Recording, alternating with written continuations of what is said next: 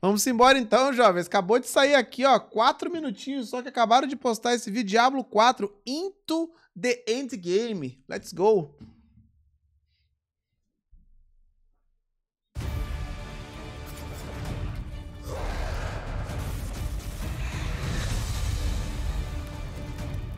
We're really excited about getting this game into players' hands. Pera aí, deixa eu colocar aqui. Como sempre, eles estão muito empolgados, né? So excited de trazer esse jogo para nós. Vamos continuar agora. Letting them experience this massive world. A main cornerstone of D4 is play your way. As a player continues to advance through the story and into the endgame, they'll unlock a ton of brand new activities that provide meaningful progression, no matter their playstyle. Players will be able to keep progressing in the narrative of the game. Alongside that, the whole team has worked on crafting a variety of different experiences players can pursue. We're going to have an entire world of Sanctuary for our players to offer. There's going to never be an absence of something to do. After the player has finished the campaign, there's Nunca vai ter falta de coisas para fazer. Promessa ousada, hein? Promessa ousada, hein? É, nunca é a palavra muito forte, hein, cara? a lot more game to go and participate in. They gain access to a special, what we call capstone dungeon that they have to complete. Once they're able to finish this capstone dungeon, they're going to gain access to the first world tier. As you complete the world tier, it will open up the opportunity for you to go into your next world tier. That involves unlocking powerful loot, new items, and more advantages for your player to have a better opportunity at end game.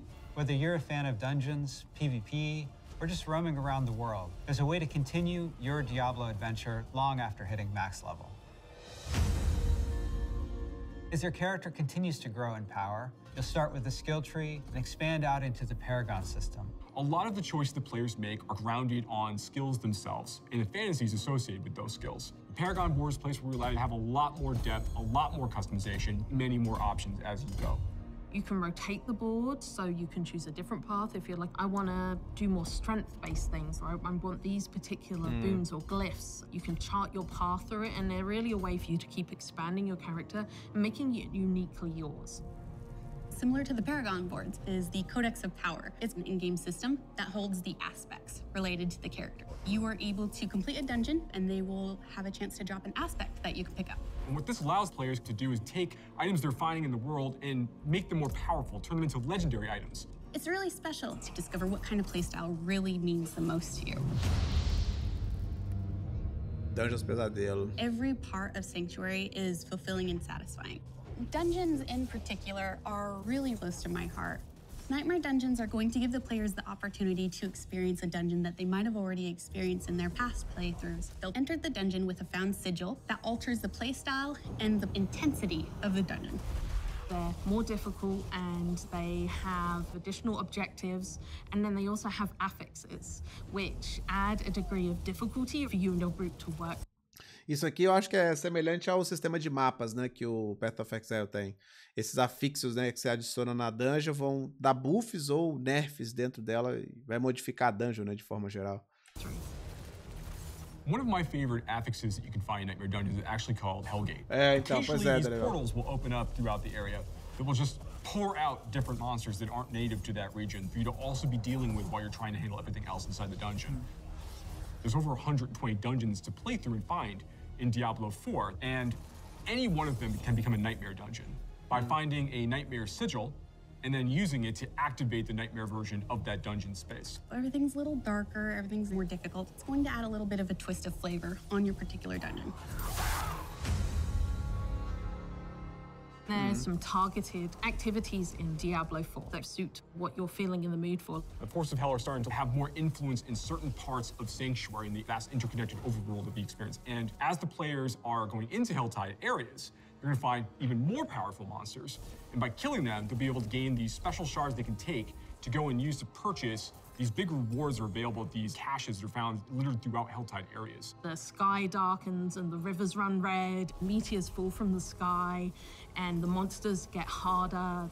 We really want to create new experiences for the players. There's one I really like called Whispers of the Dead, which you get from the Tree of Whispers. The Tree of Whispers is grim and a little gruesome, but it's also something mystically haunting and kind of beautiful. The tree has a little bit of a grudge against our players and would like for them to go serve its needs.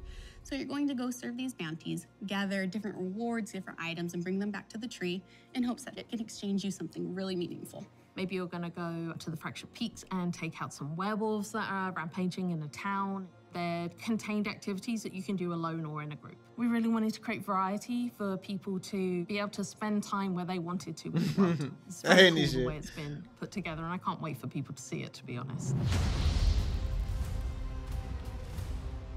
In Diablo 4, we have a focus on the world of Sanctuary, and there are parts of that world that we call the Fields of Hatred, where Lilith's presence in Sanctuary has begun to seep through and manifest these poisonous areas throughout the world. When players go to these regions, they get to engage in player versus player conflict. PVP. Ai. These offer opportunities for the player to collect shards, but there is a little bit of a catch. In order to get these shards back to town, you will need to purify them.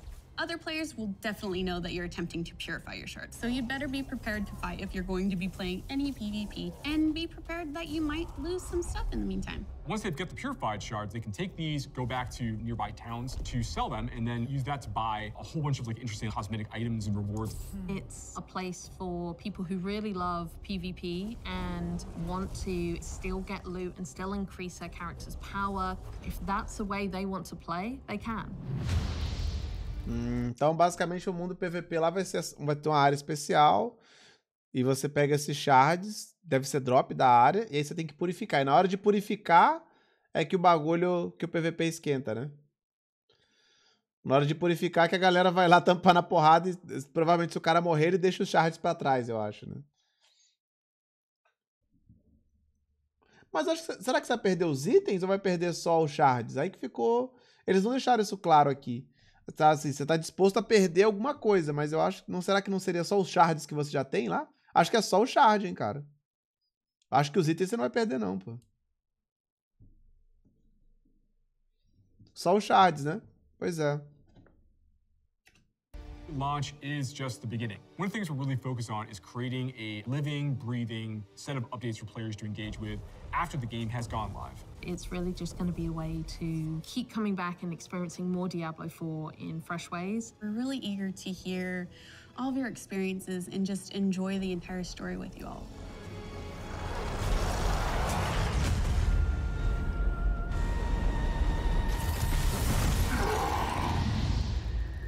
Brabo. Ah, maneiro, pô, maneiro. Things a little darker. Tem algumas promessas aqui, né? Umas promessas fortes, né? De você nunca vai ter... A iluminação da parada tá maneiraça, mano. A iluminação da câmera e tal, ficou muito foda. Eu achei maneiraço o cenário que eles usaram pra parada. Mas essa promessa de que nunca vai ter nada, né? Nunca vai faltar coisa pra fazer, né? É uma promessa ousada, mas, pô, de fato tem bastante coisa, né? Se o jogo for lançado com tudo isso que eles estão falando aqui agora, tem bastante coisa, né? Até a galera realmente zerar tudo que tem pra fazer no jogo, tem bastante coisa, né? Se vou aos cinemas ver alguns filmes, eu compro Diablo 4. Então. Mas é uma promessa da PA também. Não, cara, não é não, velho. Tem nada, não é a mesma promessa não, cara. A gente tá falando aqui de conteúdo. Os caras te prometeram 120 dungeons, 120 versões hard dessa mesma dungeon, te prometeram uma área de PVP com uma mecânica de PVP que você usa pra progredir dentro do jogo. Te prometeram, tá ligado? É conteúdo aqui, cara. Não é só progressão, tá ligado? Mas é o que fazer com essa progressão, né?